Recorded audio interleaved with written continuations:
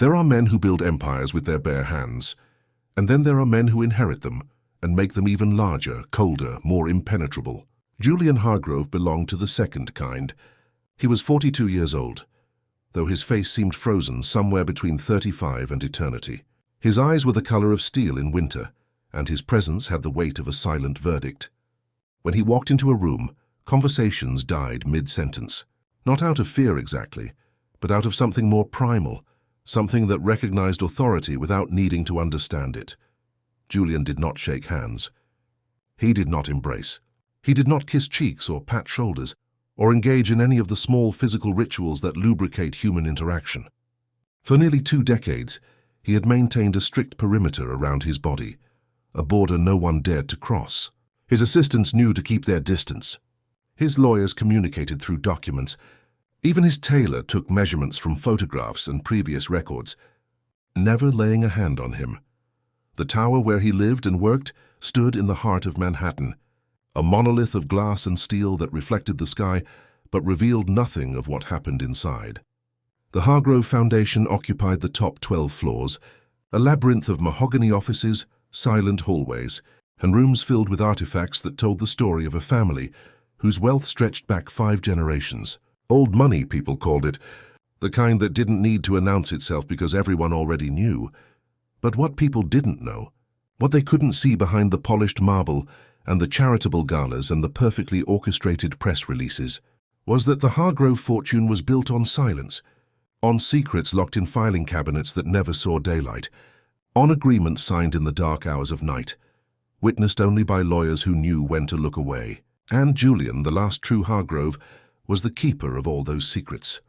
He woke every morning at 5:30. His apartment, which occupied the entire top floor of the tower, was a study in minimalism. White walls, black furniture, surfaces so clean they looked like they had never been touched. Which, in a way, they hadn't. Julian moved through his space like a ghost, leaving no trace of his presence. He showered in water so hot it turned his skin red, as if trying to scald away something invisible.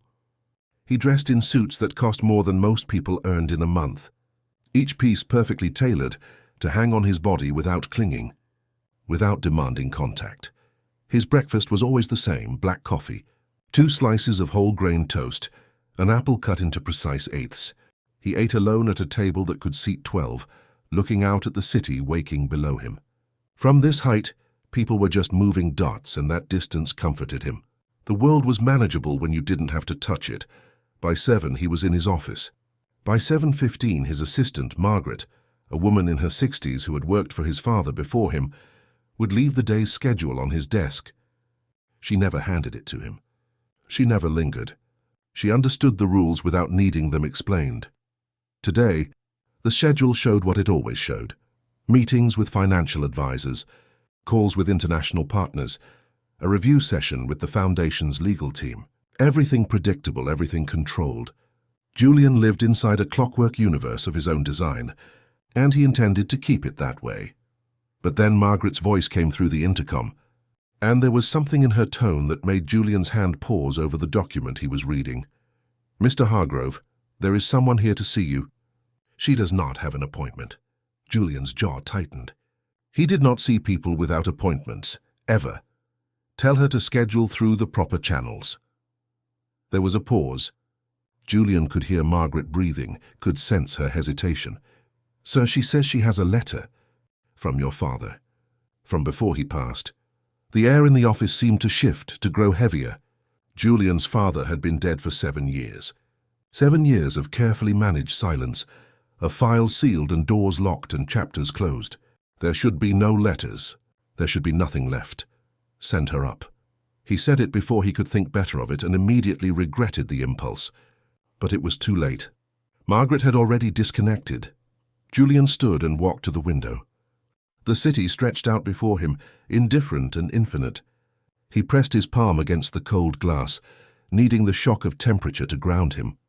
His heart was beating faster than it should, and he hated that.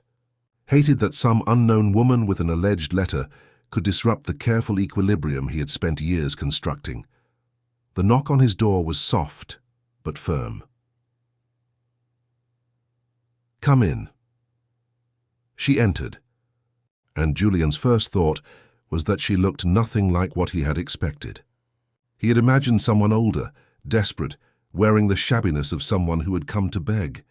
But this woman was young, perhaps 30, with dark hair that fell past her shoulders and eyes that held the kind of brightness that comes only from having survived something terrible and refused to be destroyed by it. She wore a simple dress, dark blue, nothing expensive but chosen with care, and she moved with the confidence of someone who knew exactly why she was there. Mr. Hargrove. Her voice was steady, melodic almost, but with an edge underneath, like velvet wrapped around a blade. Julian did not move from the window. He studied her reflection in the glass, keeping his distance. "You have 1 minute to tell me why you are here." She smiled, but it did not reach her eyes. "My name is Elena Cortez, and I am here to claim what was stolen from my mother 26 years ago." She reached into her bag, a worn leather thing that looked like it had traveled many miles, and pulled out an envelope. Old paper, yellowed at the edges, sealed with wax that had cracked with age. She held it up, and even from across the room, Julian could see the Hargrove family crest stamped into that seal. "This is a letter from your father to my mother, Victoria Cortez. In it, he acknowledges a trust fund established for her and any children she might have. A trust worth $47 million. A trust that has been blocked, hidden, and denied for more than 2 decades. Julian turned slowly to face her. His expression gave nothing away, but inside, something old and buried was beginning to stir. "My father established many trusts. The foundation manages hundreds of them. If you believe you have a legitimate claim, you can file the appropriate paperwork with our legal department." Elena took a step forward, and Julian's entire body tensed. "I have filed paperwork for 3 years, and every time I am told the same thing. There is no record. The trust does not exist. But I have this letter, Mr. Hargrove. I have bank statements from 1998. I have photographs of your father with my mother, and I have a birth certificate that lists my mother as the named beneficiary of a Hargrove family trust, signed by your father himself." She placed the envelope on the edge of his desk, careful not to come any closer. Julian stared at it as if it were a live grenade. "My mother died believing she had failed me. She spent her last years working 3 jobs, trying to give me an education, trying to keep us alive. She never understood why the money stopped coming, why the letters were returned, why the lawyers stopped calling. But I understand, Mr. Hargrove. I understand perfectly, because your family decided she was not worthy anymore. They decided her child me was not worthy, and they buried the evidence so deep they thought no one would ever find it." Julian's hands were clenched at his sides, hidden in his pockets. He could feel the familiar wave trying to rise inside him, the thing he had learned to suppress years ago. Anger, panic, the urge to make this woman disappear, to erase this moment, to return to the safety of his controlled world. But Elena was not done. "I smell like jasmine, Mr. Hargrove. My mother used to wear it. She said it was the scent of home, of the place she came from before she met your father, before he made her promises he never intended to keep. I wear it now because it reminds me of her strength, of her dignity, and I am here to finish what she started." Julian finally moved. He walked to his desk, slow and deliberate, and picked up the envelope without opening it. He could feel the weight of it, the realness of it. "If what you say is true," he said quietly, "then you will need to prove it. And that will take time. Legal processes, investigations." Elena met his gaze without flinching. "I'm not going anywhere, Mr. Hargrove. I have waited my entire life for this. I can wait a little longer." There was a long silence. Julian could hear his own breathing, could feel the walls of his office closing in. He had spent years making sure nothing and no one could penetrate his fortress. And now this woman, with her jasmine scent and her righteous fury, had walked right through the front door. "I will make you a proposal," he heard himself say, and even as the words left his mouth, he knew they were a mistake. But he could not stop. "Miss Cortez, 90 days. You will live here in this building with full access to the Foundation's records. You will have an office, resources, whatever you need to prove your claim. But you will do it under my supervision. You will report your findings to me, and at the end of 90 days we will know the truth." Elena's eyes narrowed. "Why would you offer me that?"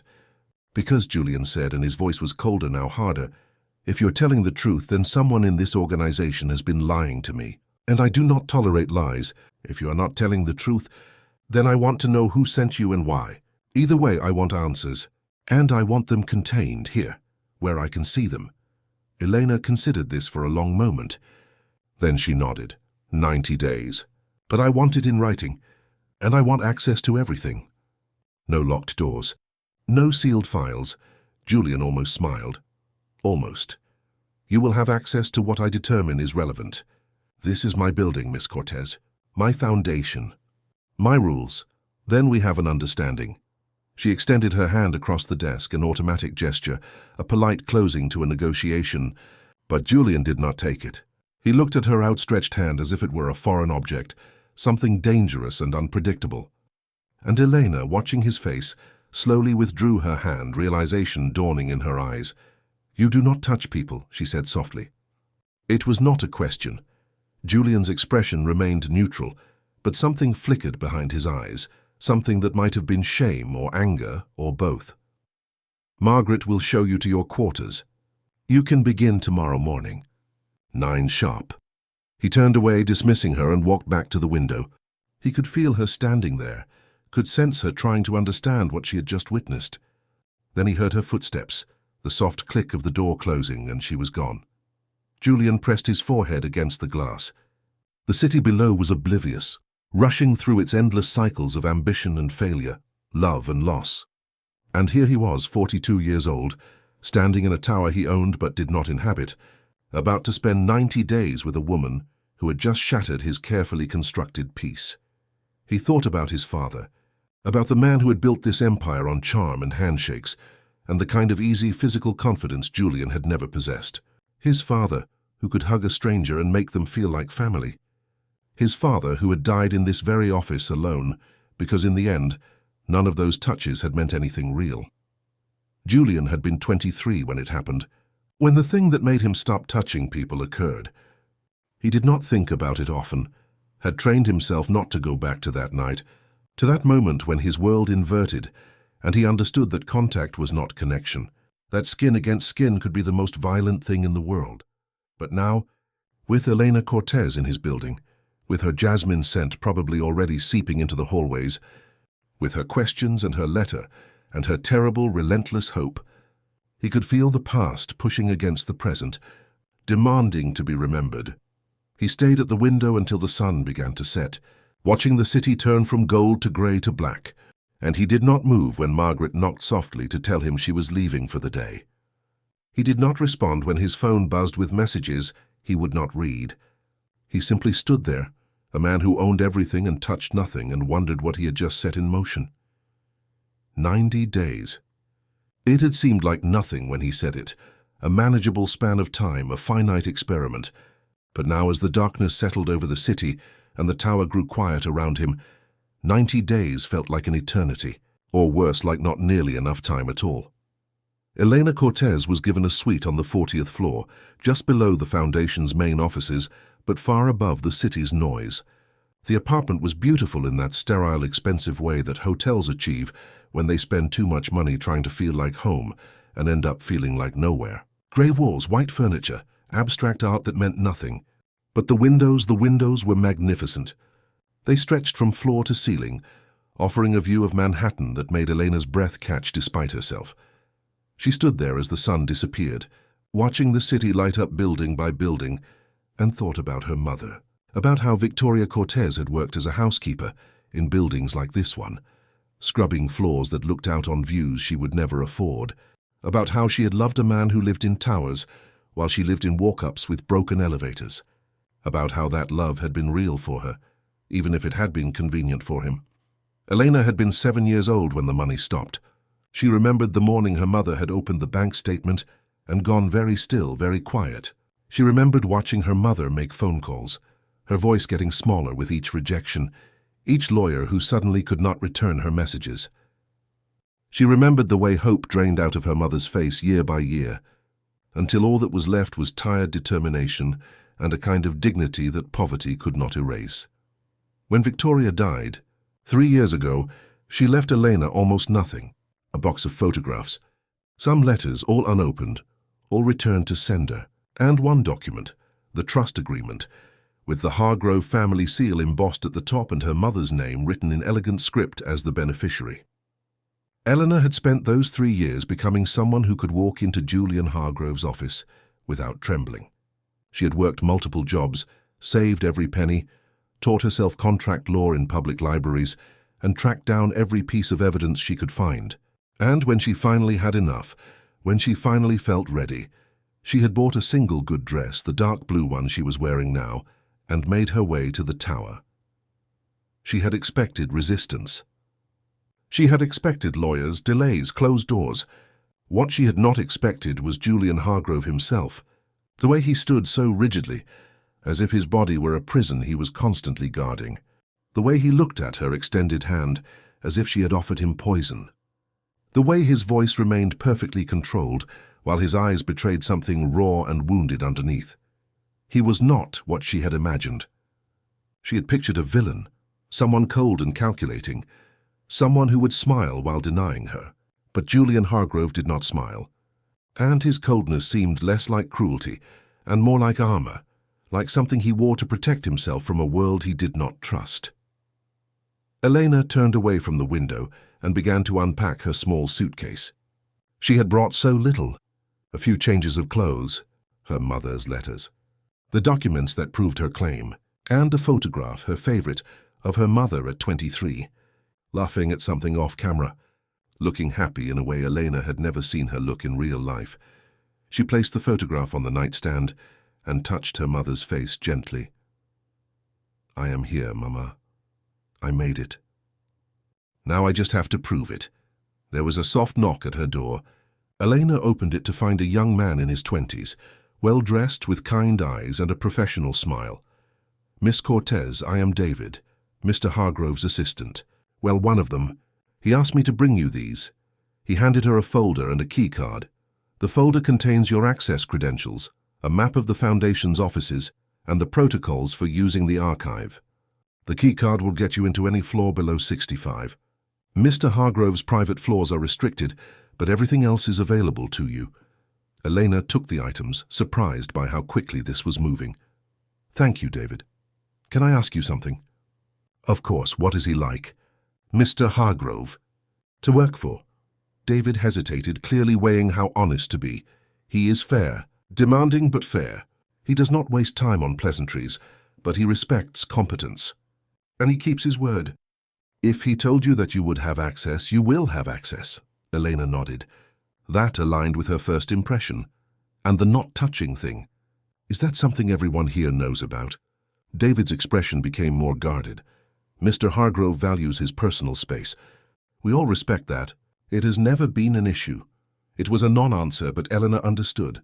Whatever Julian Hargrove's reasons were, they were not something his staff discussed. "Thank you. David, I appreciate your help." He nodded and left, and Eleanor was alone again with her view and her memories, and the strange, unsettling sense that she had just crossed a threshold she could not uncross. She spent the rest of the evening reviewing the documents in the folder, familiarizing herself with the Foundation's structure, the names of key personnel, the location of the archives. It was all very thorough, very professional. And yet, she could not shake the feeling that she was being watched, evaluated, measured against some standard she did not understand. At midnight, unable to sleep, Elena put on her coat and decided to explore. The keycard worked as promised, granting her access to the elevators and the lower floors. The building was mostly empty at this hour, just a few security guards making their rounds. She wandered through the Foundation's public spaces, the gallery with its portraits of past Hargroves, the library with its first edition collections, the conference rooms with their leather chairs and mahogany tables. Everything was perfect. Everything was preserved. It was like walking through a museum dedicated to a family that had turned itself into an institution, carefully curating which parts of its history to display and which to hide. Elena found herself in front of a portrait of Julian's father, Robert Hargrove. He was handsome in that patrician way, with silver hair and a confident smile. He looked like a man who had never doubted himself, never questioned his place in the world. And standing next to him, her hand resting lightly on his arm, was a woman Elena did not recognize. tall, elegant, with steel-grey eyes that reminded her uncomfortably of Julian. The plaque beneath the portrait read, "Robert Hargrove and Vivian Ashford Hargrove, founders of the Hargrove Foundation, 1985. So that was Julian's mother, or rather his stepmother. Elena had read enough about the family to know that Julian's biological mother had died when he was very young, and that Robert had remarried quickly, to Vivian, a woman from an even older, richer family. A strategic alliance dressed up as love. Elena stared at Vivian's painted face and felt a chill run through her. There was something predatory in those eyes, something that suggested this woman had gotten exactly what she wanted and would do anything to keep it. You should not be wandering alone at this hour. Elena spun around, her heart hammering. Julian stood in the shadows of the gallery, still wearing his suit from earlier, looking as if he had never left the building. Which Eleanor realized he probably had not. "I could not sleep," she said, forcing her voice to remain steady. "I wanted to see the foundation, to understand it." Julian stepped into the light, and Elena could see that he looked tired. Not physically tired, but something deeper, something existential. "That is my father, and Vivian. She has been the foundation's primary trustee since he died." Eleanor glanced back at the portrait. "She looks formidable, she is." There was something in Julian's tone that made Elena look at him more carefully. Not affection, not exactly fear, but something complicated, something that suggested the relationship between Julian and Vivian was not as simple as stepmother and stepson. "Will I meet her?" Elena asked. During these 90 days, Julian's jaw tightened. Inevitably, Vivian takes a personal interest in all foundation matters, especially those involving the family legacy. Elena understood the warning beneath those words. Vivian would not be pleased about her presence here. Vivian would be an obstacle. "I am not afraid of difficult conversations, Mr. Hargrove." Julian looked at her for a long moment, and Elena had the strangest sense that he was seeing her clearly for the first time. Not as a problem to be managed or a threat to be neutralized, but as a person. A woman with her own strength, her own reasons, her own will. "I believe you," he said quietly, "but you should be afraid. Vivian did not build this foundation by being kind. She built it by being ruthless. And she does not lose. Then we will see what happens when she finally does." The words came out more defiant than Elena intended, but she did not take them back. She stood there in the gallery, surrounded by generations of Hargroves looking down from their gilded frames, and she did not look away from Julian's gaze. And something shifted between them in that moment. Some invisible line was crossed. Julian took a half step forward, an unconscious movement, and Elena felt her breath catch. He was close enough now that she could see the fine lines around his eyes, the shadow of stubble on his jaw, the way his hands were clenched at his sides, as if he were physically restraining himself from reaching out. But he did not touch her. He stopped just short of that invisible boundary he maintained around himself, and the air between them seemed to vibrate with everything that was not being said, not being done. "You should get some rest, Miss Cortez. Tomorrow will be a long day." He turned and walked away, his footsteps echoing in the empty gallery, and Elena was left standing alone beneath the watchful eyes of the Hargroves, her heart racing and her skin tingling as if she had just survived something dangerous. She did not know it yet, could not have known it in that moment, but the next 90 days would change everything, would break open secrets that had been sealed for decades, would force both of them to confront truths they had spent years avoiding, would ignite a fire that neither of them knew how to control or extinguish. But for now, in the deep silence of the tower at midnight, all Elena knew was that Julian Hargrove was not the man she had expected him to be. And that scared her far more than any villain ever could. The morning arrived with that particular quality of light that only Manhattan possesses, harsh and beautiful at the same time, filtering through glass and steel and turning everything gold. Eleanor woke at 6, disoriented for a moment by the unfamiliar luxury around her, by the silence that felt too complete, too expensive. She had spent most of her life waking to the sounds of the city at street level, to sirens and shouting, and the rumble of trucks making deliveries. But here, 40 floors up, the world was muted, distant, almost unreal. She showered quickly, dressed in simple black pants and a white blouse, clothes that said professional without trying too hard. and pulled her hair back into a neat ponytail. In the mirror, she saw her mother's eyes looking back at her, that same determined brightness, that refusal to be diminished. She touched the jasmine perfume to her wrists and neck. A ritual, a prayer, a reminder of why she was here. By 8:30, she was in the archives on the 42nd floor, a vast room lined with filing cabinets and climate-controlled storage units that held decades of Foundation records. A young woman with red hair and glasses introduced herself as Patricia, the head archivist, and explained the filing system with the kind of reverence usually reserved for religious texts.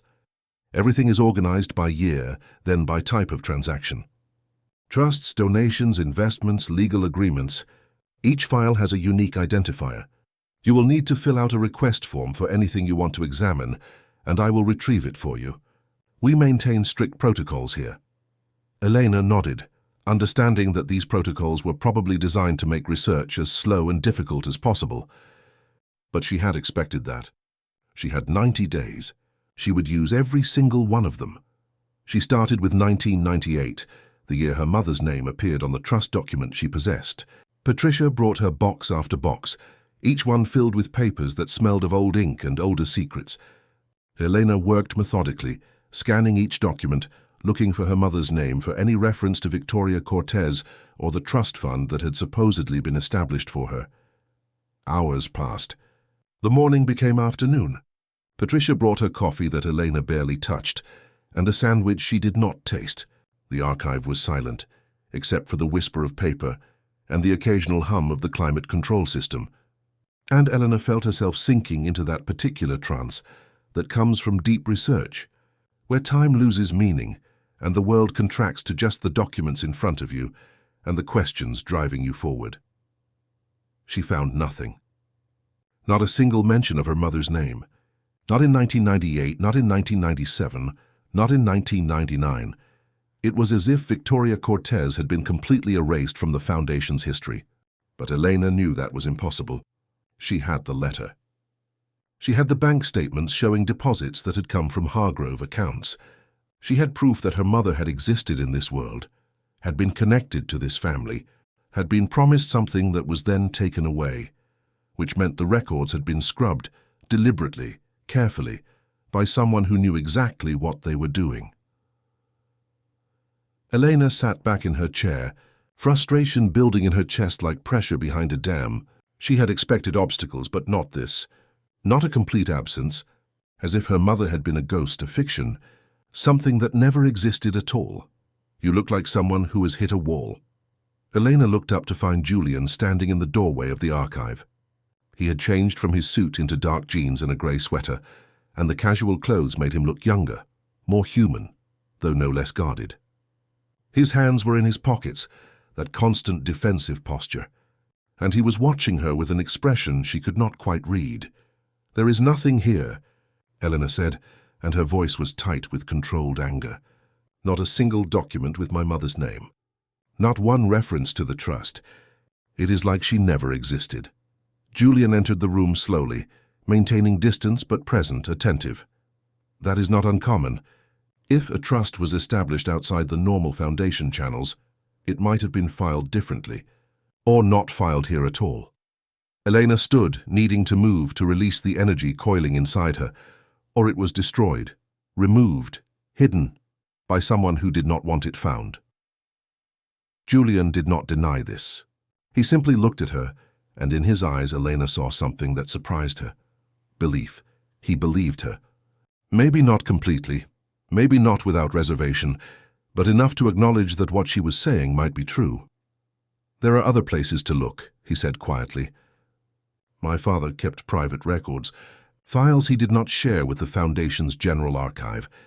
They are in his personal office, which has been sealed since he died." Elena's heart began to beat faster. "Can I access them?" Julian hesitated, and Elena could see the conflict playing across his face.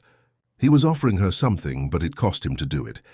It meant opening doors he had kept closed, letting her deeper into the family's secrets, risking whatever he might find there. "Yes, but I will need to be there with you. The office is locked and only I have the key." Elena nodded, understanding that this was the condition, the price of access. She would not be alone in whatever she discovered. Julian would be there, watching, witnessing, unable to claim ignorance if the truth turned out to be as ugly as she suspected. When? Now if you are ready, she was ready. She had been ready for 3 years. Julian led her to the elevator, and they rode in silence up to the 64th floor, a level Elena's keycard did not access. The doors opened onto a private hallway, dimly lit with only 3 doors visible. One led to Julian's apartment, one to a conference room, and one at the end of the hall bore a simple brass plaque, Robert Hargrove, Private, Office. Julian unlocked the door with an actual key, old-fashioned brass, the kind that required turning and feeling the mechanisms inside the lock align. The door swung open, and Elena followed him into a room that felt like stepping back in time. Robert Hargrove's office was everything the Foundation's modern spaces were not. Dark wood paneling, leather furniture worn soft with use, bookshelves lined with volumes that looked read rather than decorative. There was a massive desk, its surface cluttered with pens and papers that no one had touched in 7 years, and behind it a wall of filing cabinets, each one labeled with years and categories in neat handwriting. Julian stood in the doorway, not quite entering, and Elena realized this was difficult for him. Being in this room, being surrounded by his father's presence, his father's things, his father's unfinished business. "I have not been in here since the day he died," Julian said softly. "Vivienne wanted to clear it out, to convert it into something else, but I would not allow it. I locked the door and left everything exactly as it was. Why?"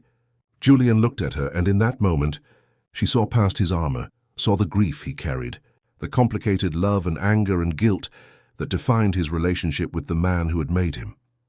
"Because I wanted to believe that if I left it untouched, I might understand him someday. Might figure out who he really was beneath all the charm and the deals and the lies." Elena felt something shift in her perception of Julian. He was not just the cold heir protecting his inheritance.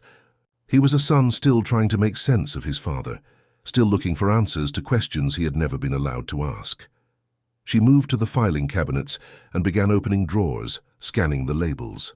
Trusts, investments, legal agreements, personal correspondence. Everything was meticulously organized, typical of a man who had built an empire on details. Julian remained by the door, watching but not interfering, and Elena could feel the weight of his attention on her, the way he tracked her movements, the way his body remained rigid, prepared for something he could not name. She found it in the third cabinet, a file labeled simply Private Trusts, 995-2000. Her hands were shaking as she pulled it out and laid it on the desk. Inside were dozens of documents, each one outlining a trust established for someone connected to the Hargrove family, in ways that were not official, not public. Mistresses, maybe. Illegitimate children. People who had been paid to keep quiet, to disappear, to accept money in exchange for silence. And there, halfway through the stack, was her mother's name. Victoria Cortez. Trust established January 1998. Beneficiary and any children. Amount $47 million to be distributed in monthly installments until beneficiary's death or until child reaches age 25, at which point full control transfers to child. Elena's vision blurred. She had known, had believed, but seeing it here in official documents in her mother's name written in ink that had not faded was different. It made it real. It made the theft, the erasure, the years of her mother's suffering undeniable.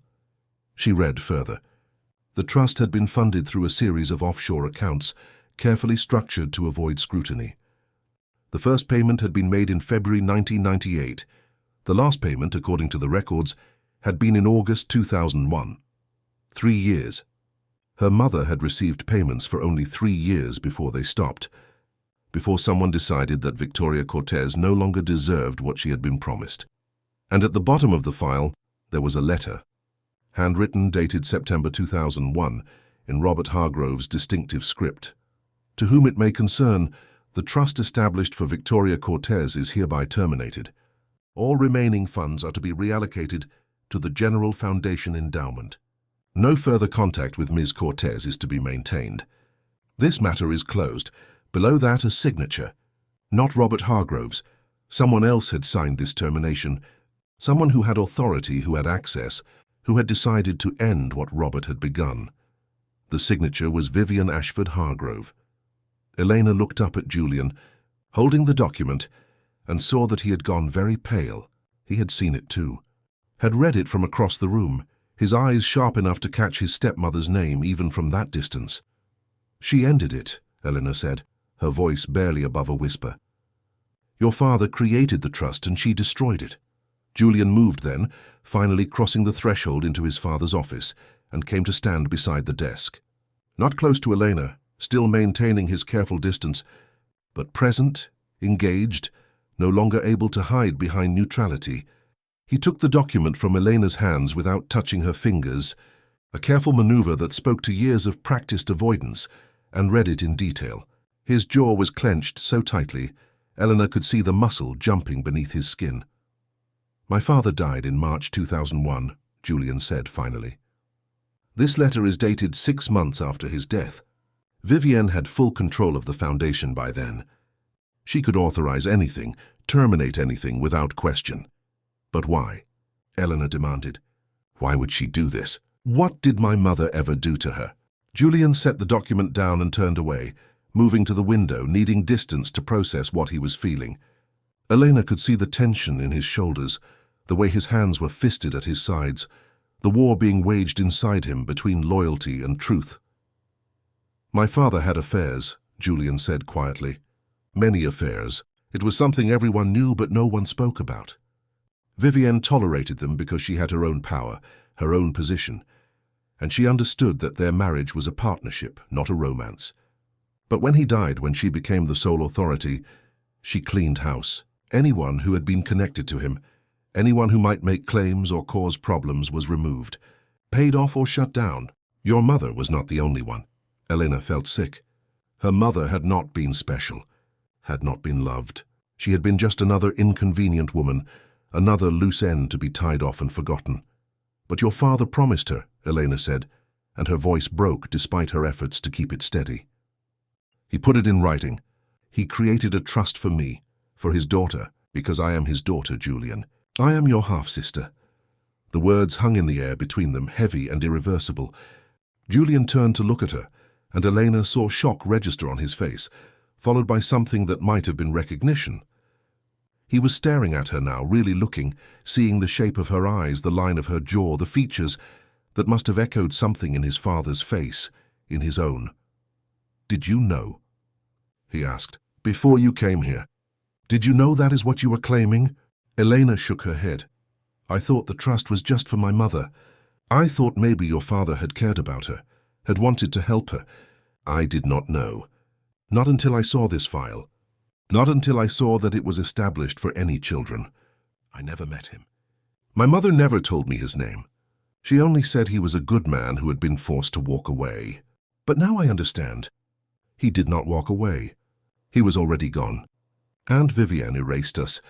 Julian sat down heavily in his father's chair, looking suddenly exhausted, decades older than his 42 years. He put his head in his hands, and Elena had the strangest urge to reach out to comfort him, but she knew he would not accept it. Touch was not something he allowed, even in moments of crisis. Maybe especially then. "If this is true," Julian said finally, "if you are his daughter, then you are entitled to far more than the trust. You are entitled to a share of his estate, to a position in the foundation, to the Hargrove name if you want it." Elena sat down across from him, the desk between them like a border they could not cross. "I do not want the name. I do not even want the money, not really. I want my mother's story to be told. I want it acknowledged that she existed, that she mattered, that she was not just some woman to be erased when she became inconvenient. That is what I want." Julian looked at her, and for the first time since they had met, Elena saw something like respect in his eyes. "Then we will do a DNA test. We will prove it one way or another, and if it confirms what you believe, then I will make sure Vivienne answers for what she did." Elena felt tears prickling at the corners of her eyes, but she refused to let them fall. Not here, not now, not when she was so close to everything she had fought for. "Thank you," she said simply.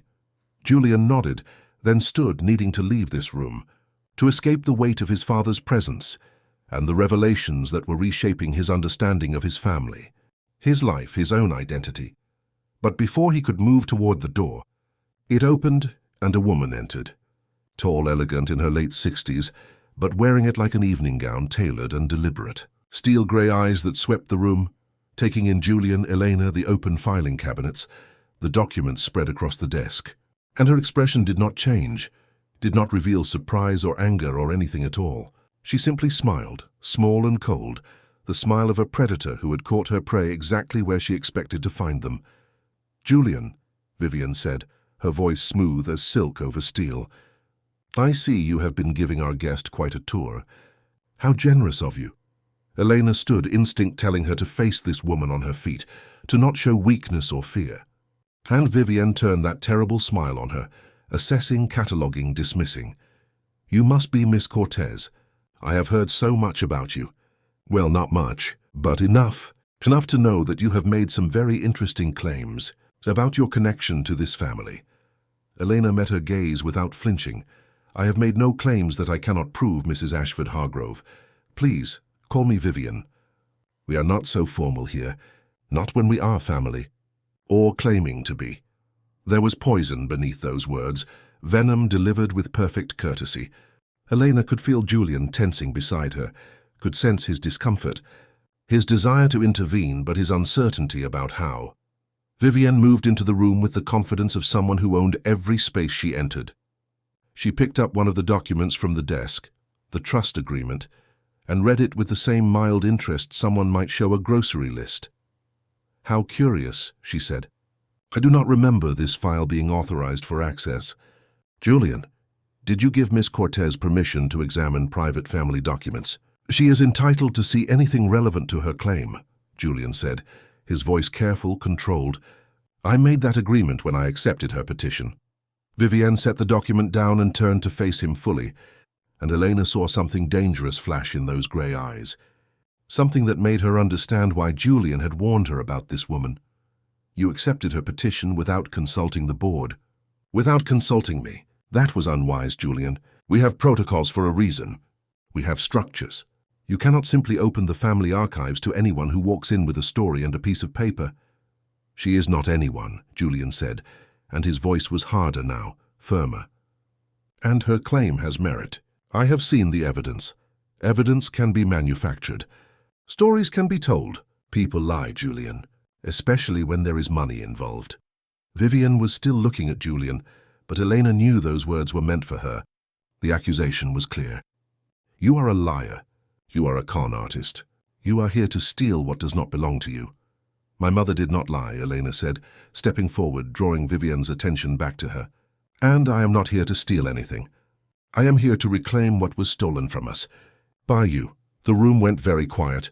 Vivian's smile did not change, but something in her posture sharpened, became more focused, more dangerous. "I see. You have already decided that I am the villain of your little story. How convenient. Tell me, Miss Cortez, what exactly do you think I stole from you?" Elena pointed to the termination letter, the one with Vivian's signature at the bottom. "That trust was established by Robert Hargrove for my mother and for me. You terminated it 6 months after he died. You took $44 million that should have come to us and reallocated it to the foundation. You erased my mother from the records as if she had never existed. You stole her story, her dignity, her future, and mine." Vivian picked up the letter, examined her own signature, then set it down with a small shrug. Robert established many trusts. Most of them were poorly conceived, emotional decisions made in moments of weakness. When I took control of the foundation, I cleaned up his messes.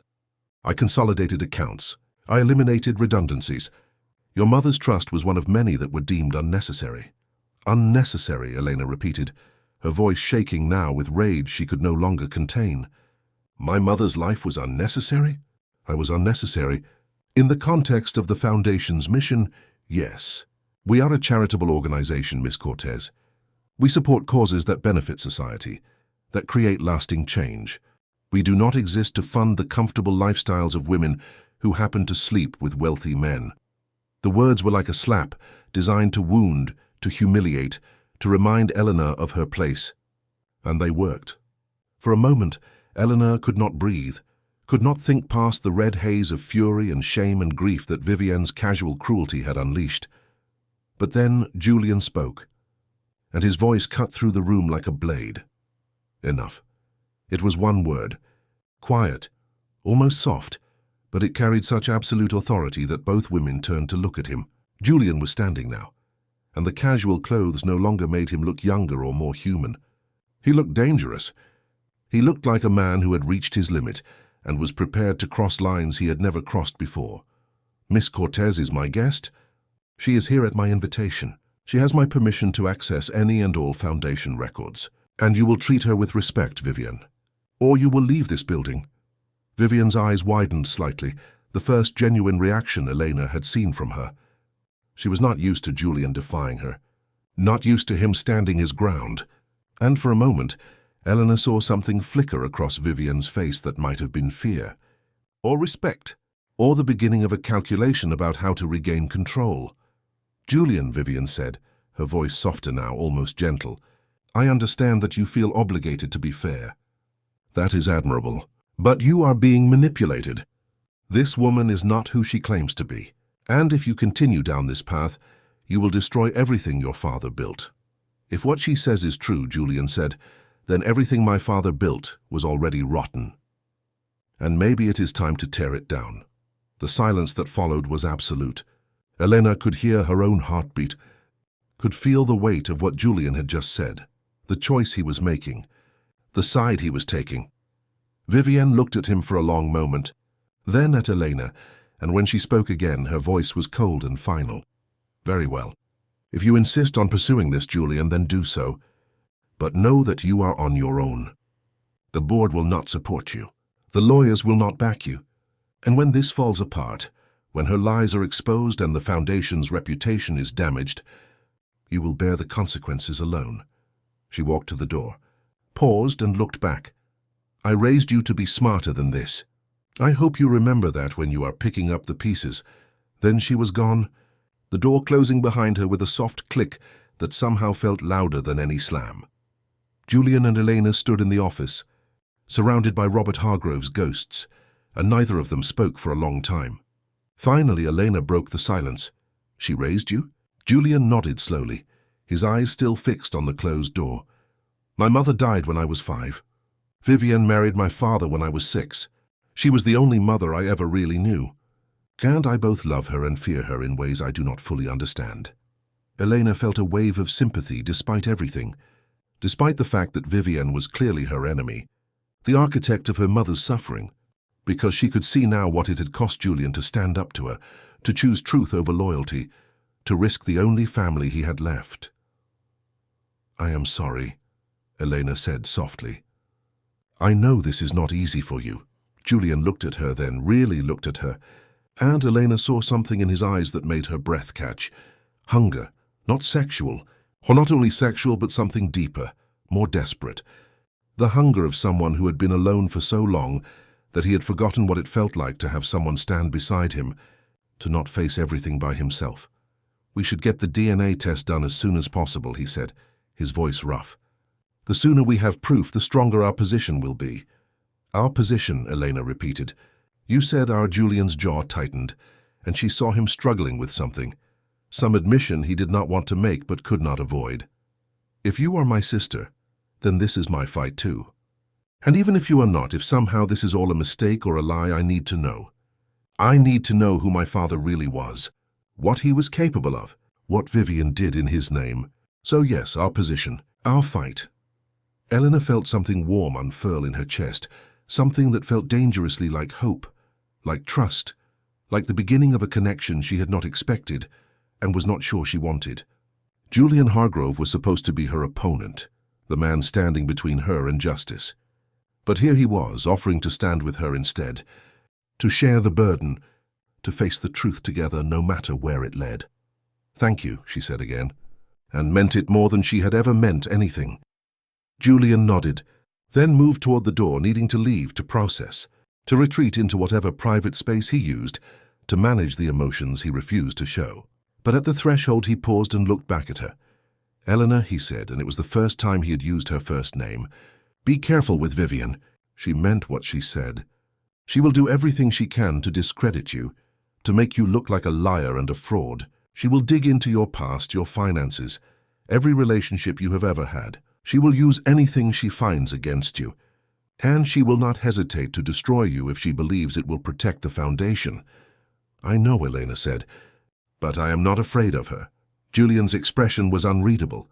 You should be, because I am. Then he left, and Elena was alone in Robert Hargrove's office with her mother's file and the slowly sinking realization that she had just made an enemy of one of the most powerful women in New York. But she had also made an ally of Julian, and somehow, despite everything, that felt more important. She gathered the documents carefully, making copies of everything she might need, and returned the file to its cabinet. The office looked exactly as it had when she entered, as if nothing had changed, as if the world had not just shifted on its axis. But everything had changed. Elena knew the truth now, knew who her father had been, what he had done, what had been done in his name after his death. And she knew that the next 87 days would be a battle, a war fought with documents and lawyers and public opinion, with Vivian wielding all the power and resources of the Hargrove empire against her. But she also knew she was not alone. Julian had chosen to stand with her, and that made all the difference. As she rode the elevator back down to her floor, Elena caught her reflection in the mirrored walls. She looked the same as she had that morning. Same dark hair, same determined eyes, same jasmine scent clinging to her skin. But inside something had shifted. She had come to this tower seeking justice for her mother. But now she was seeking something more. Understanding, connection. A place in a story that had always been incomplete. And maybe, though she barely dared admit it to herself, she was seeking Julian. The man who could not touch, but who looked at her like she was the only real thing in his carefully controlled world. The man who stood alone in towers and kept himself apart from everyone, but who had just offered to stand with her. She did not know where this would lead. Did not know if the DNA test would prove what she believed or shatter everything she thought she knew. Did not know if Julian would remain her ally, or if Vivian's influence would pull him back, would remind him where his true loyalties should lie. But for now, in this moment, Eleanor had what she had come for. Proof, acknowledgement, a chance to tell her mother's story and demand that it be heard. And as she entered her apartment and stood once again at those magnificent windows, looking out at the city that had taken so much from her mother and given so little back, Eleanor made a silent promise. She would not leave this tower until the truth was told, until justice was served, until Vivian Ashford Hargrove answered for what she had done, no matter what it cost, no matter how long it took, no matter what she had to sacrifice to see it through. The DNA test was scheduled for the following morning at a private medical facility that catered to people who valued discretion above all else. Eleanor arrived early, her stomach twisted with anxiety and anticipation, and found Julian already there, standing by the window in the small waiting room, looking out at nothing in particular. He was wearing another of his perfectly tailored suits, armor against the world, but there was something different about him today. A tension in his shoulders that suggested he had not slept, that the weight of what they were about to confirm or deny was pressing down on him with the same force it pressed on her. They did not speak as they were called into separate rooms. A nurse took Elena's blood with efficient kindness, asked her to swab the inside of her cheek, labeled everything with codes instead of names. The whole process took less than 15 minutes, but those minutes felt eternal, each second heavy with the knowledge that her entire life, her entire understanding of who she was, hung in the balance of what these samples would reveal. When she emerged, Julian was already back in the waiting room.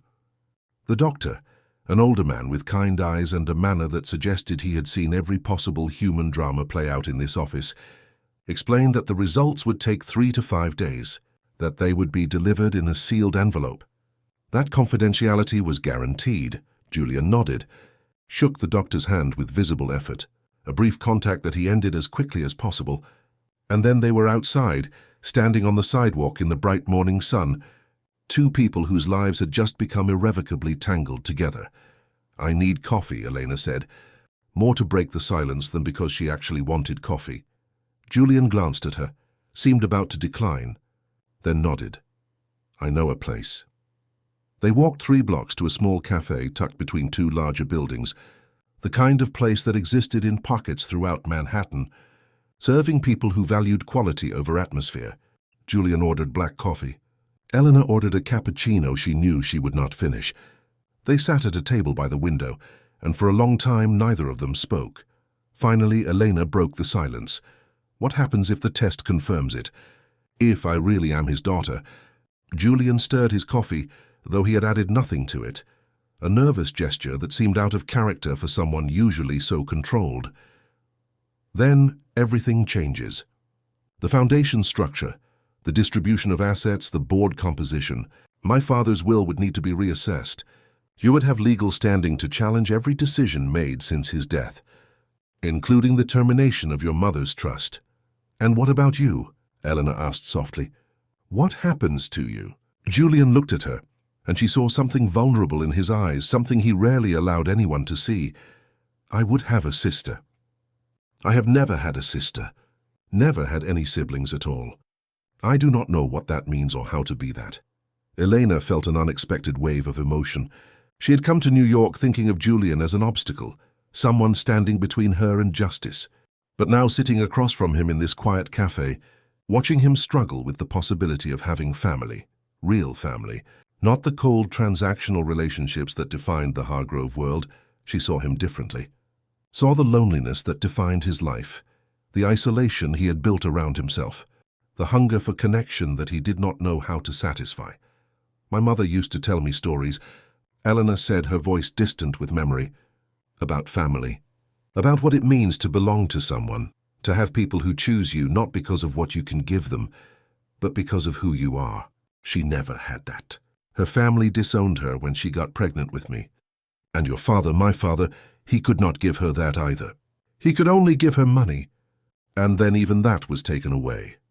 Julian's hands were wrapped around his coffee cup, and Elena noticed how white his knuckles were, how tightly he was gripping the ceramic, as if it were the only thing anchoring him to reality. My father was good at giving money, Julian said quietly. It was the only thing he knew how to give. He could write a check, establish a trust, make grand gestures, but he could not be present, could not be vulnerable, could not touch the people he was supposed to love without it being a performance for someone else's benefit. Is that why you do not touch? Elena asked, the question slipping out before she could stop it. Because of him? Julian went very still. His eyes met hers, and Elena saw pain there, old pain, buried deep but never healed. No, that is because of what happened after he died. Because of what I learned about touch, about intimacy, about what it means to let someone close enough to destroy you. Elena wanted to ask more, wanted to understand, but she could see that Julian had said all he was willing to say, that pushing further would only make him retreat behind his walls. I'm sorry, she said instead, for whatever happened to you, for whatever made you build those walls. Julian looked away, out the window at the people passing by, living their ordinary lives, touching casually, hugging, holding hands, taking for granted the simple human contact that he denied himself. Do not be sorry. The walls keep me safe. They always have, but they also keep you alone. The words hung between them, true and undeniable. Julian did not respond, but Eleanor saw something shift in his expression, some acknowledgement that she had touched on a truth he spent every day trying to ignore. They finished their coffee in silence, and then Julian walked her back to the tower. At the entrance he paused, and Elena could see him wrestling with something, some decision or impulse he was trying to evaluate. Elena, he said, and his use of her first name still sent a small shock through her system. The next few days will be difficult. Vivian will escalate. She will try to turn the board against you, against me. She will plant stories in the media, use her connections to make you look like a fraud. I need you to be prepared for that, to be ready for how ugly this might get.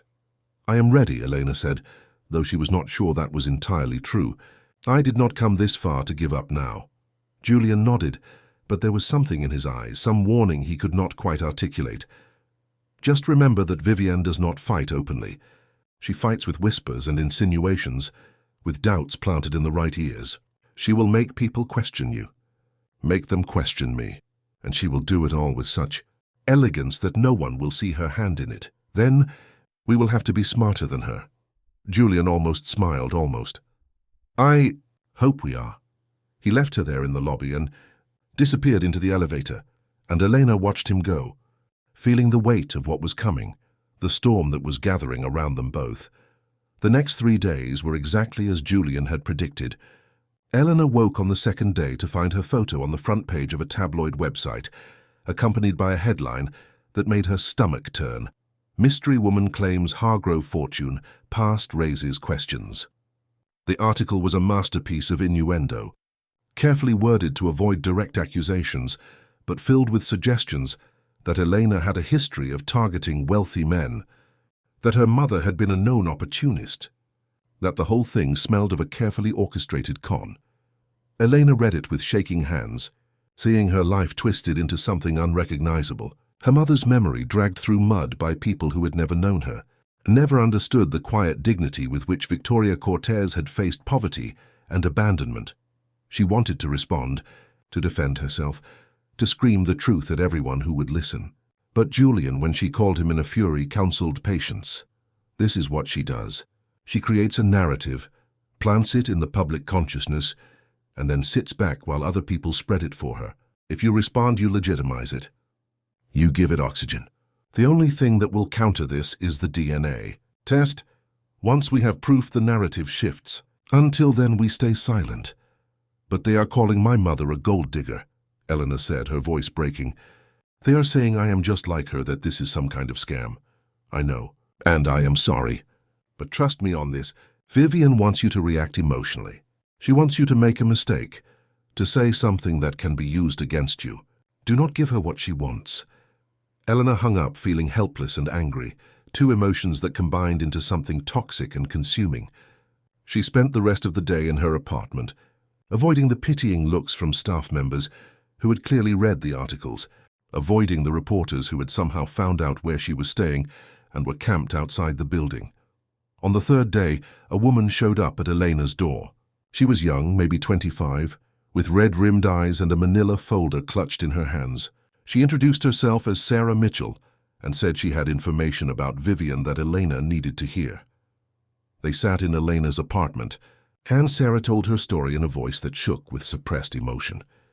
She had been an assistant at the foundation 3 years ago, had made the mistake of discovering irregularities in some of Vivian's personal expense accounts, had tried to report them through proper channels, and had been systematically destroyed for it. Her reputation ruined, her career ended, her name blacklisted throughout the non-profit sector. Vivian does not forgive threats, Sarah said, opening the folder to reveal pages of documentation, emails, financial records. And she does not forget. I tried to fight back, but I did not have the resources, did not have proof that would hold up in court. But I kept everything, just in case someone someday had the courage to take her on. Elena looked through the documents, her mind racing. This was ammunition. This was evidence of a pattern, proof that Vivian had a history of silencing anyone who questioned her authority or threatened her control. "Why are you giving this to me?" Elena asked. "Because I read about you, about what you are trying to do, and I want to help. I want someone to finally hold her accountable for what she does to people."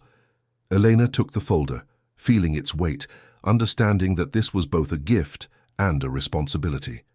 Sarah was trusting her with her story, with her pain, with her hope for justice. "Thank you," Elena said. "I will not let this be for nothing." Sarah left and Elena immediately called Julian. He came to her apartment within 20 minutes, and they spread the documents across the dining table, reading through each one, connecting dots, building a case. "This is serious," Julian said, his voice tight. "If even half of this is true, Vivian has been using foundation funds for personal expenses for years. That is embezzlement. That is criminal. It is also leverage," Elena said. "If she keeps attacking me, we can threaten to expose this." Julian shook his head. "No, we cannot threaten. If we threaten, she will find a way to make this disappear, to destroy the evidence, to silence Sarah the way she has silenced others. We need to be strategic. We wait for the DNA results. We establish your legitimacy first. Then we bring this forward, not as a threat, but as part of a larger pattern of misconduct that needs to be addressed." Elena nodded. understanding the logic, even as every instinct screamed at her to act now, to strike while she had the advantage. How much longer until we get the results? Julian checked his watch. They said 3 to 5 days. Tomorrow is day 4. We should hear something soon. They worked through the evening, organizing the documents, creating a timeline of Vivian's misconduct, building a case that could not be easily dismissed or explained away. And as they worked, Elena became aware of how close they were sitting, how their hands occasionally brushed as they reached for the same paper, how Julian would flinch slightly each time, an automatic response he could not control. "Can I ask you something?" Elena said during a pause, when the silence had grown too heavy.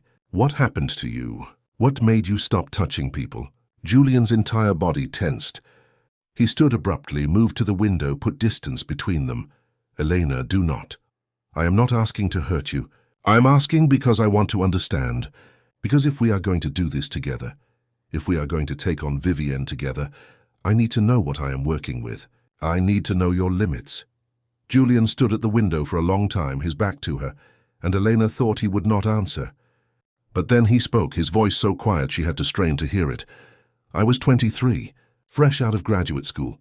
My father had just made me a junior partner in the foundation, a symbolic position mostly, something to give me experience and make me feel important.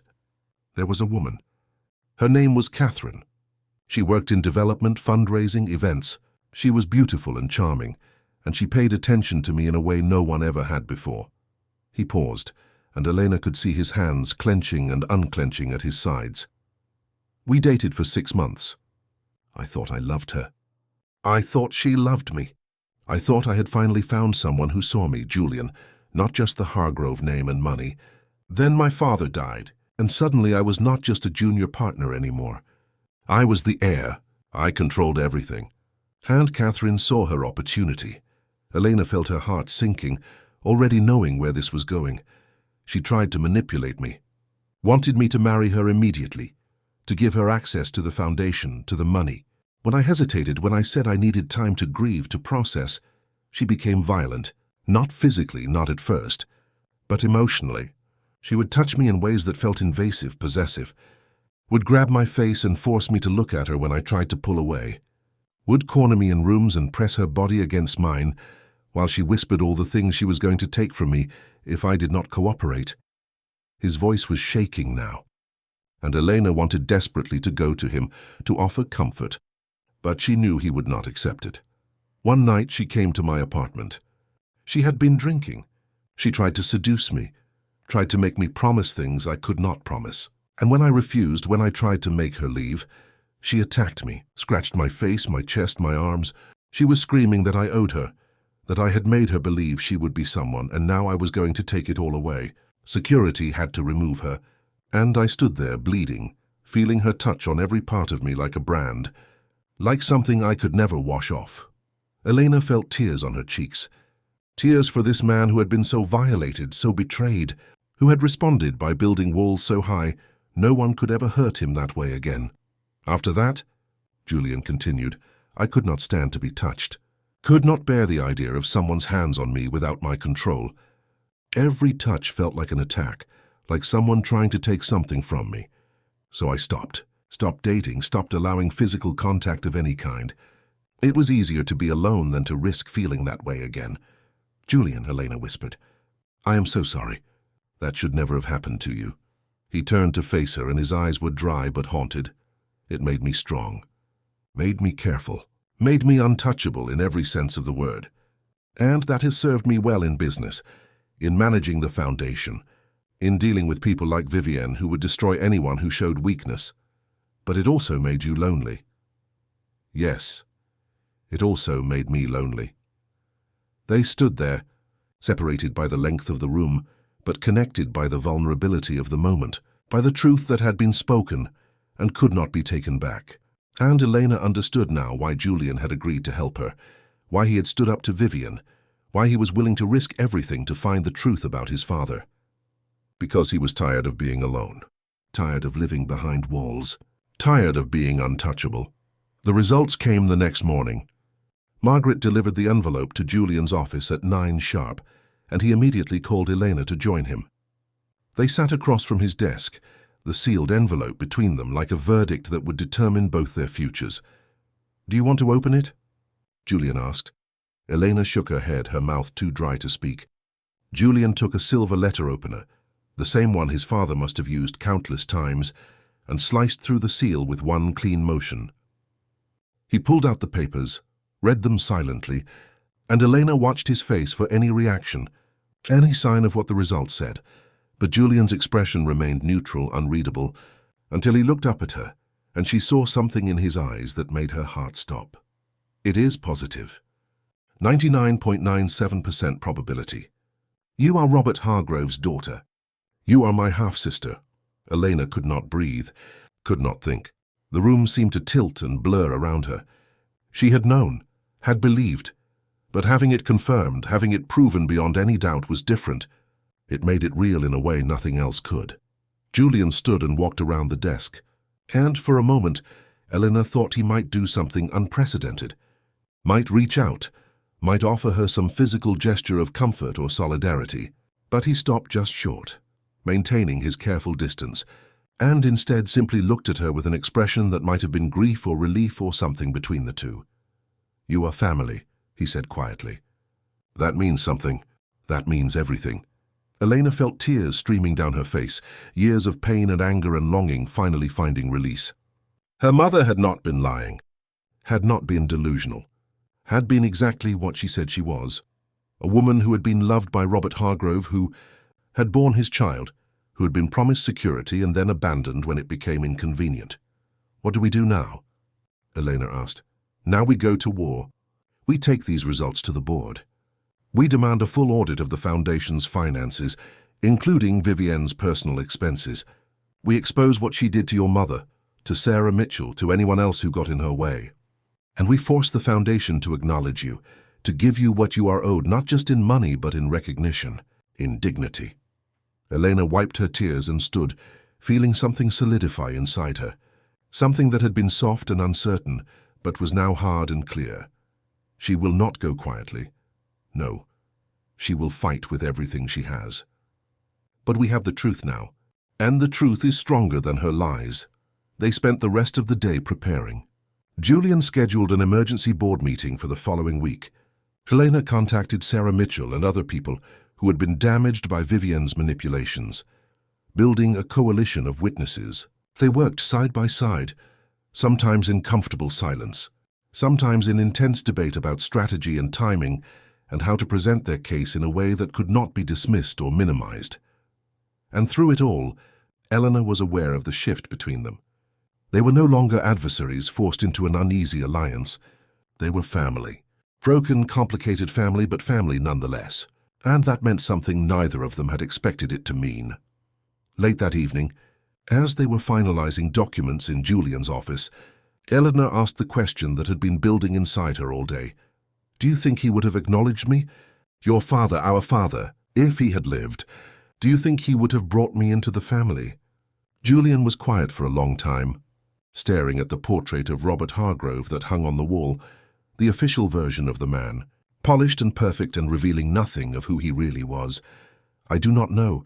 He was capable of great generosity and great selfishness, often in the same breath. He loved to play the hero, to rescue people, to be seen as magnanimous. But he also loved his comfort, his reputation, his carefully constructed life. Bringing you into it would have required him to be brave in ways he never was, to stand up to Vivienne, to face society's judgment, to be more than the image he presented to the world." "So you think he would not have?" "I think he would have wanted to. And I think that would have had to be enough for him." Elena felt the truth of that settle over her like a weight. Her father had been a coward. A well-meaning, generous, charming coward who had created a child and then walked away, leaving her and her mother to struggle while he maintained his perfect life in his perfect tower. But his son, his legitimate heir, the man who had inherited his name and his fortune and his responsibilities, was not a coward. Julian had chosen to stand with her, had chosen truth over comfort, family over image, justice over the easy path. "Thank you," Elena said softly, "for believing me, for helping me, for being better than he was." Julian looked at her, and in his eyes Elena saw something she had not seen before. Not hunger now, but something gentler, something that might have been the beginning of love. The familial kind. The kind that said, "You are mine and I am yours, and that bond cannot be broken." "You are my sister," Julian said, and his voice was rough with emotion he rarely allowed himself to feel. "That makes you my responsibility, my family, and I protect what is mine."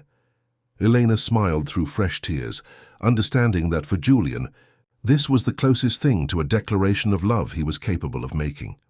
The next few days passed in a blur of preparation and anticipation. The board meeting was scheduled for Tuesday morning, and Julian had made it clear that this was not optional attendance.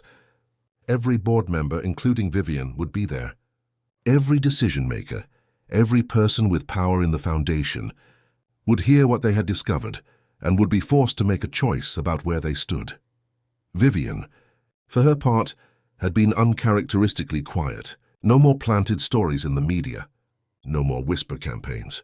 Just silence, watchful and waiting, and that silence was somehow more terrifying than any attack could have been. On Monday evening, the night before the meeting, Eleanor could not sleep. She paced her apartment, rehearsing what she would say, how she would present herself, how she would remain calm and controlled in the face of whatever Vivian threw at her. At midnight, unable to bear the solitude any longer, she took the elevator up to the foundation's main floor, thinking she would walk the halls, exhaust herself into sleep. But when the elevator doors opened, she found Julian there, standing in the darkened gallery in front of his father's portrait, looking like a man wrestling with ghosts. "Could not sleep either?" Eleanor asked softly. Julian turned, unsurprised to see her. "I keep thinking about what you said, about him being a coward." "You were right, he was. And I have spent so much of my life trying not to be like him, trying to be stronger, more controlled, more honest. But in the process I became something else, something isolated and cold, and incapable of the kind of human warmth he at least could fake." "You are not cold," Eleanor said, moving closer, but respecting his boundaries. "You are careful. You are protected. But underneath you feel everything, maybe too much." Julian looked at her, and the distance between them seemed both infinite and insignificant.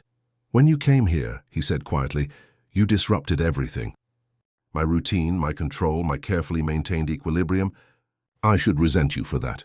Should want you gone, but instead I find myself grateful. Because you made me feel something again, made me care about something beyond just maintaining the status quo. You made me want to be brave." "You are brave," Elena said. "You stood up to Vivian. You chose truth over comfort. That is the definition of bravery." Julian took a half step toward her, an unconscious movement, and Elena held her breath. They were closer now than they had ever been, close enough that she could see the way his chest rose and fell with his breathing, could smell the faint scent of his cologne, expensive and subtle, could feel the heat radiating from his body, despite the careful space he maintained. "I want to thank you," Julian said, his voice barely above a whisper, "for being here, for giving me a reason to fight. You do not need to thank me. We are family now. This is what family does." Yes, family. But the way he said it, the way he was looking at her, suggested he was feeling something more complicated than simple familial affection.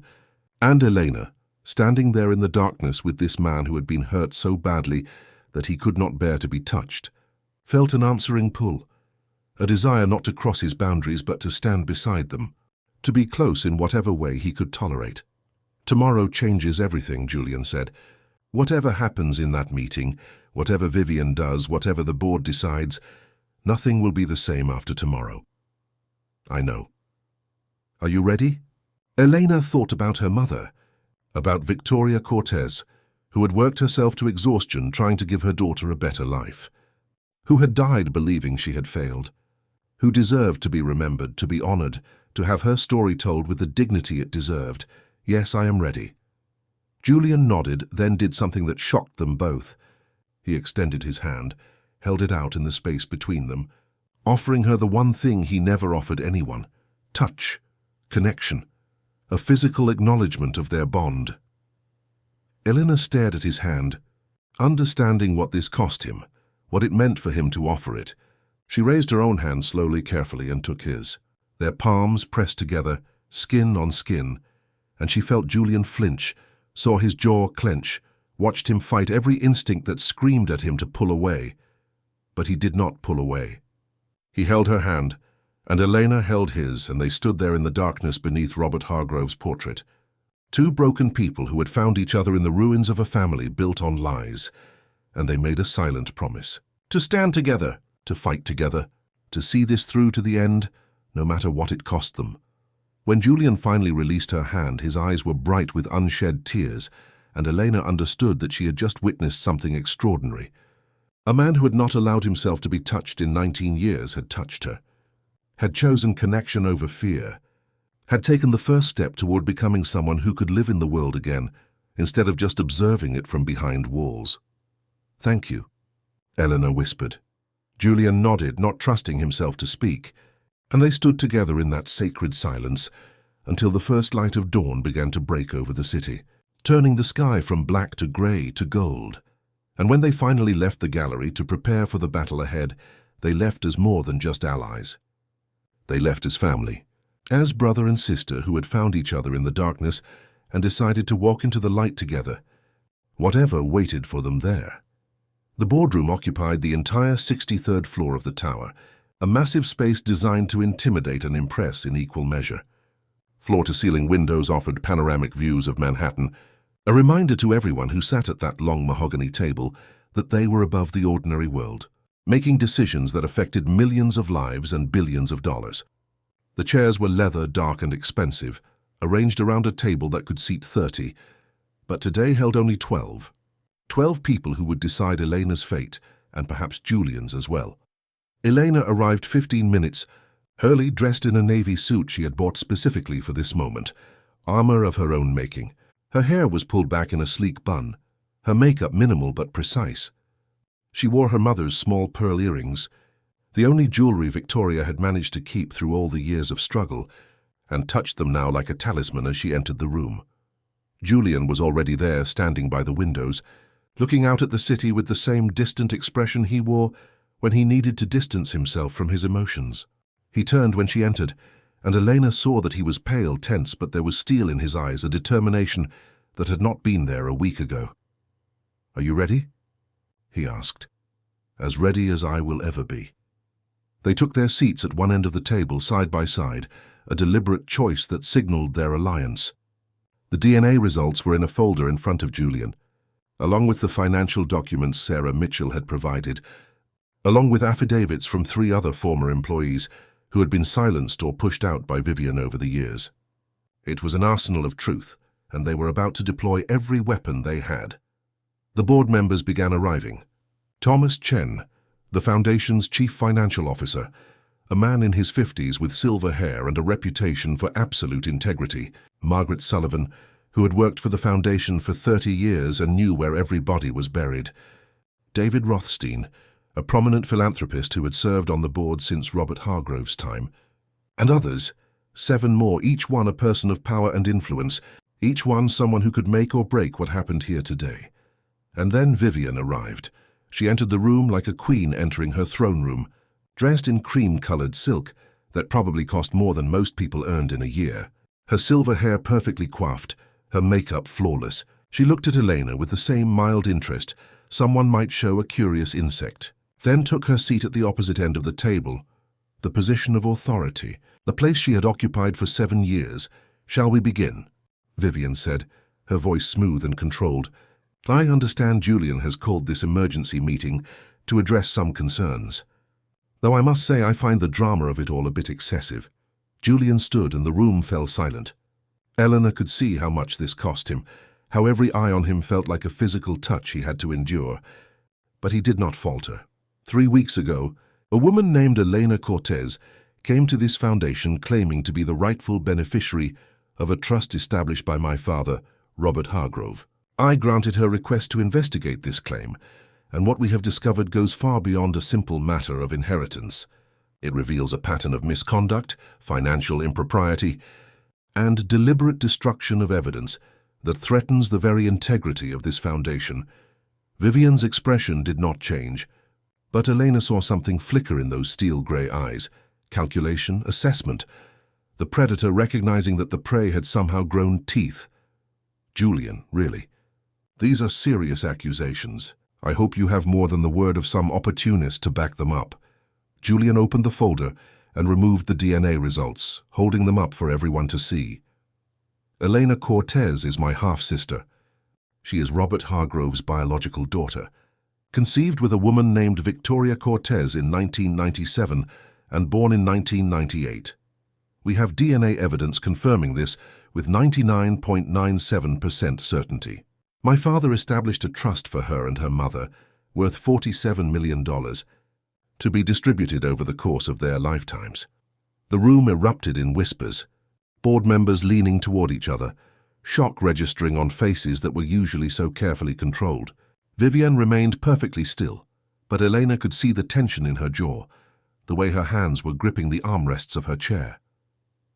"That is impossible," Vivienne said, her voice cold. "I would have known about such a trust. I managed all of Robert's financial affairs after his death." "You did know," Julian said, and his voice was hard now, uncompromising. "Because you terminated it.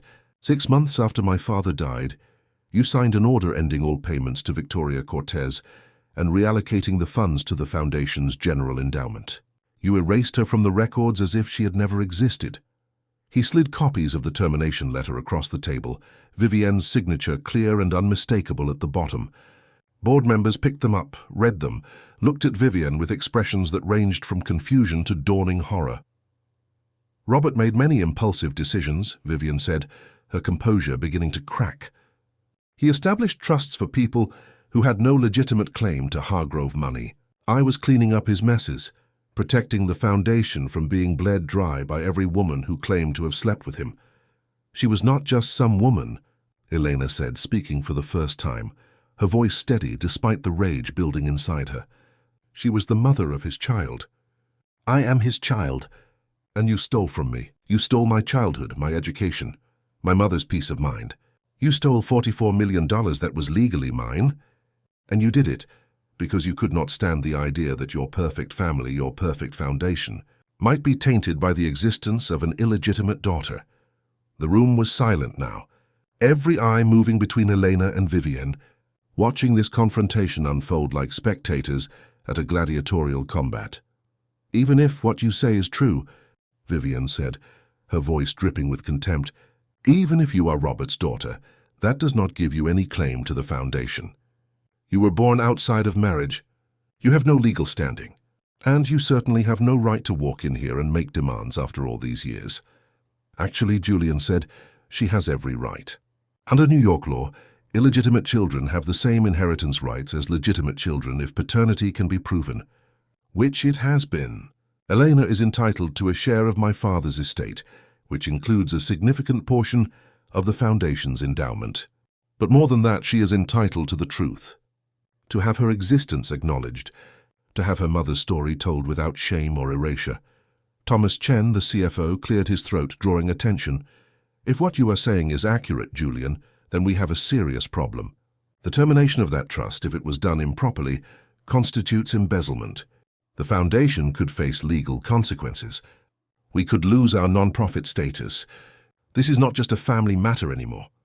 "It is worse than that," Julian said, and now he pulled out the second set of documents, the ones Sarah Mitchell had provided. Because the termination of Elena's trust was not an isolated incident. It was part of a pattern. He distributed copies to each board member, and Elena watched their faces as they read, saw shock turn to disgust, saw professional courtesy dissolve into genuine anger. These documents show that over the past 7 years, Vivienne has been using Foundation funds for personal expenses. Luxury travel, shopping, entertainment, all charged to Foundation accounts and hidden in the general operating budget. We are looking at more than $2 million in misappropriated funds. And when employees discovered these irregularities and tried to report them, Vivienne systematically destroyed their careers. Sarah Mitchell's testimony is here, along with affidavits from 3 other former employees. All of them were threatened, blacklisted, or paid off to keep quiet about what they had seen. Vivienne turned this Foundation into her personal bank account, and she silenced anyone who tried to stop her. Vivienne stood now, her composure finally shattering, her voice rising with fury. "You have no idea what you are doing, Julian. I built this Foundation. I turned it from Robert's vanity project into a real force for change. Every penny I spent was in service of that mission. Those trips, those expenses, they were necessary for maintaining relationships with donors, with partners, with people who could help us do more good in the world. Necessary? Margaret Sullivan spoke for the first time, her voice quiet but cutting. $50,000 for a weekend in Paris was necessary? $100,000 for jewelry purchased from Cartier.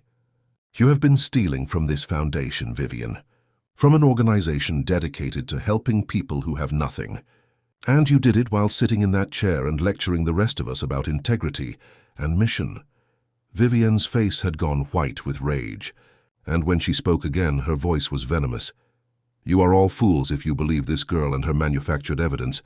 She is a con artist, a nobody who saw an opportunity and took it. And Julian, you are the biggest fool of all. She has manipulated you, played on your loneliness, your desperate need to rebel against me. You think she cares about you? She cares about the money. That is all anyone ever cares about. Elena stood then, unable to remain silent any longer, and when she spoke, her voice carried across the room with a power that surprised even her. You are right about one thing, Vivienne. I do want the money, not because I am greedy or because I need it to survive, but because it represents something more important than dollars. It represents acknowledgement. It represents justice. My mother worked herself to death trying to give me a future, and she did it believing she had somehow failed, that she was not worthy of the security she had been promised. You made her believe that. You made her feel small and ashamed and forgotten, and I will not let that stand. I will not let you erase her from history as if she never mattered. I came here with nothing but a letter and a belief that my mother had told me the truth, and what I found was a family built on lies, a fortune maintained by silencing anyone who threatened the perfect image. But I also found something I did not expect. I found a brother. I found Julian, a man brave enough to choose truth over comfort, family over image, justice over the easy path. And together, we are going to make sure that everyone knows what you have done, not just to me and my mother, but to every person you have hurt, every employee you have destroyed, every bit of integrity you have sacrificed to maintain your power. The room was electric now, board members looking at each other, communicating in glances and subtle nods. Elena could see the shift happening, the balance of power tipping away from Vivian toward truth, toward accountability. David Rothstein, the philanthropist, spoke next, his voice grave. Vivienne, I have known you for 20 years. I have respected you, trusted you, defended you when others questioned your methods. But I cannot defend this. If even half of what has been presented here today is true, then you have betrayed everything this foundation stands for. And you have put all of us, every board member, every employee, every beneficiary we serve, at risk. I move that we suspend Vivian Ashford Hargrove from her position as trustee, effective immediately, pending a full independent audit of the Foundation's finances and a thorough investigation of all allegations made here today. I second that motion, Thomas Chen said immediately. All in favor? 10 hands went up. Only Vivian's remained down, along with one other board member who looked torn but ultimately abstained. The motion carries, David said. Vivian, you are suspended. You will surrender all access to Foundation accounts, all keys and credentials, and you will not contact any employees or attempt to interfere with the investigation in any way. Do you understand? Vivian looked around the table, seeing the faces that had once respected her now turned against her, and something broke inside her. The perfect composure, the elegant control, all of it shattered, and what remained was raw fury and disbelief. You will regret this, she said, her voice shaking. All of you. I made this foundation what it is. I gave it credibility, connections, power, and you are throwing it all away because of some girl with a sob story and a DNA test. She turned to Julian, and the look she gave him was pure venom. And you. I raised you. I loved you when your own mother could not. I made you into the man you are today, and this is how you repay me?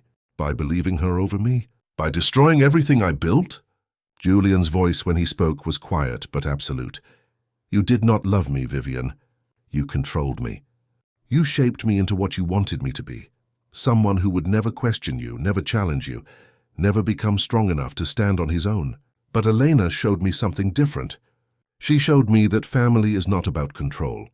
It is about choosing to stand with someone even when it is hard, even when it costs you everything. And I choose her. I choose the truth. I choose to be better than what you made me. Vivienne stared at him for a long moment, and Elena saw something like grief flicker across her face, quickly suppressed, quickly replaced with cold fury. Then she gathered her things, walked to the door with her head held high, and left without another word. The silence she left behind was profound. Board members sat stunned, processing what had just happened, the magnitude of the revelations, the implications for the Foundation's future. Finally, Margaret Sullivan spoke, her voice gentle. "Elena, I want to apologize, on behalf of this board, on behalf of this foundation, for what was done to you and your mother. It was wrong. It was cruel. And we will do everything in our power to make it right." Elena felt tears threatening but refused to let them fall. "Not yet, not until this was truly over. Thank you. That means more than you know." The meeting continued for another hour, working out practical details. The audit would begin immediately. Eleanor would be recognized as a Hargrove heir and given a seat on the board if she wanted it. The trust would be reinstated with back payments and interest. And the Foundation would issue a public statement acknowledging what had happened, apologizing, committing to transparency and accountability going forward. When it was finally done, when the board members had filed out and Elena and Julian were alone in that vast room with the city stretched out below them, Elena felt the adrenaline that had been holding her together finally drain away. She sat down heavily, her hands shaking, and allowed herself to cry. Not sad tears, but the tears of someone who had carried a weight for so long that its absence felt almost painful. Julian sat beside her, closer than he usually allowed, and after a moment's hesitation, he took her hand again. The same gesture he had made the night before, but easier this time, less painful, as if his body was slowly learning that touch did not always mean danger. "You did it," he said softly. "You got justice for your mother." "We did it," Elena corrected. "I could not have done this without you." They sat in silence, holding hands like children seeking comfort, two people who had been alone for so long that connection felt both foreign and necessary. "What happens now?" Elena asked eventually. Julian considered the question. "Now we rebuild. The foundation, the family, ourselves. We decide what we want the Hargrove legacy to be. Not secrets and silences and carefully maintained images, but something real. Something honest." Elena looked at their joined hands, at the physical proof that Julian was changing, was healing, was allowing himself to be vulnerable in ways he had not been able to for 19 years. "Can I tell you something?" she said. "When I came here, I hated the idea of being a Hargrove. I hated the name, the money, everything it represented. But now, knowing that I have a brother, knowing that I have family, real family, it does not feel like a burden anymore. It feels like a gift." Julian's eyes were bright with emotion he no longer tried to hide. "I spent my whole life believing I was alone, that I had to be alone to be safe. But you showed me that isolation is not safety. It is just another kind of prison. And I do not want to live in a prison anymore." "Then don't," Eleanor said simply. "Choose something different. Choose connection. Choose family. Choose to let people in even when it scares you." Julian nodded, and Eleanor saw the decision forming in his eyes, the commitment to change, to grow, to become someone who could live in the world instead of just observing it from behind walls. The weeks that followed were intense and exhausting. The audit revealed even more financial impropriety than they had initially suspected. Vivienne had been embezzling from the foundation for nearly a decade, using increasingly sophisticated methods to hide her theft. The total amount was close to $5 million, and while the foundation would survive the scandal, its reputation took a serious hit. Vivienne herself disappeared from public life. No criminal charges were filed, part of a negotiated settlement that required her to repay everything she had taken and to resign from all positions of authority. She left New York entirely, relocating to a property she owned in the south of France. And Julian heard through lawyers that she had no intention of ever returning. He felt neither satisfaction nor grief at her departure. Just a kind of tired relief that the battle was over, that he could finally stop fighting and start healing.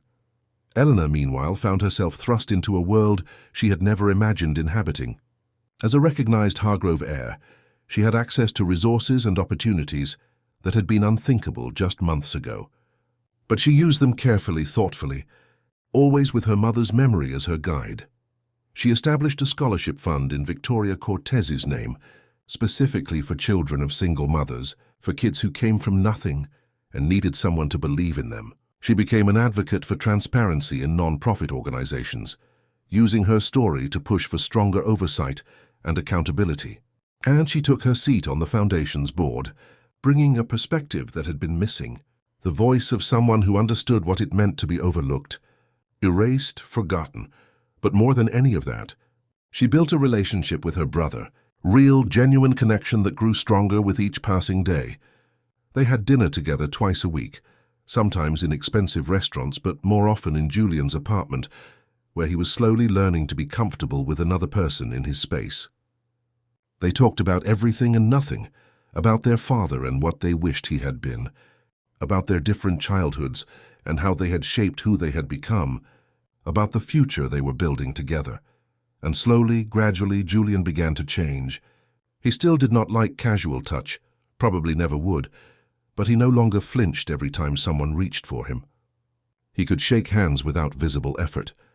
He could accept a hug from Elena, brief and careful but real. He was learning that touch could be safe, that intimacy did not have to mean violation, that letting people close did not make him weak. 6 months after that fateful board meeting, Julian did something unprecedented. He attended a foundation event, a gala celebrating the scholarship fund Elena had created, and instead of maintaining his usual distance, standing alone by the windows while everyone else socialized, he moved through the crowd. He talked to donors, thanked volunteers, and when a young scholarship recipient, a girl no older than 15 with bright eyes and nervous energy, approached him to express her gratitude, he smiled at her. Really smiled, not the cold professional smile he usually deployed, but something warm and genuine. Elena watched from across the room, her heart swelling with pride and affection, and thought about her mother, about Victoria, who had died believing she had failed, believing her daughter would never have the opportunities she deserved. If only she could see this. If only she could know that her story had not ended in silence and obscurity, but in transformation and justice. As if sensing her thoughts, Julian found his way to her side, and they stood together watching the celebration unfold around them. "She would be proud of you," Julian said quietly. "Your mother. She would be proud of what you have accomplished, how you have honored her memory." "I hope so," Elena said, her voice thick with emotion.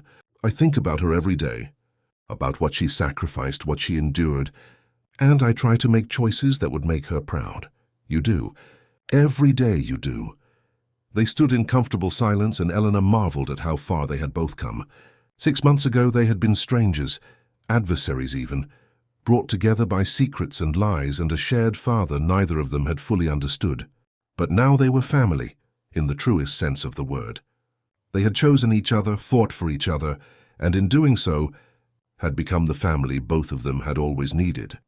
A year after Elena first walked into the Hargrove Tower, with nothing but a letter and a belief that her mother had told the truth, she stood in the gallery where Julian's father's portrait hung and unveiled a new addition. A portrait of Victoria Cortez, painted from photographs, capturing her at 23, the age she had been when she met Robert, when she had fallen in love and believed in promises that would later be broken. The portrait showed a beautiful woman, with dark hair and bright eyes, wearing a simple dress, but carrying herself with unmistakable dignity. And next to her name, a small plaque that read, "Victoria Cortez, 75-2022, beloved mother, survivor, and testament to the truth that every life matters. Every story deserves to be told." Julian stood beside Elena as they looked at the portrait, and after a moment, he put his arm around her shoulders. It was the most prolonged physical contact they had ever shared, and Elena could feel how much it cost him, how he had to actively fight his instinct to pull away. But he did not pull away. He held his sister, and she leaned into him. And together they stood before the woman who had brought them together, the woman whose courage and dignity had ultimately changed both their lives. "Thank you for being brave," Julian said softly. "For coming here, for fighting, for refusing to accept the lies. You saved me, Elena. You gave me a reason to be more than what I was." "You saved yourself," Elena corrected. "I just showed you that you could."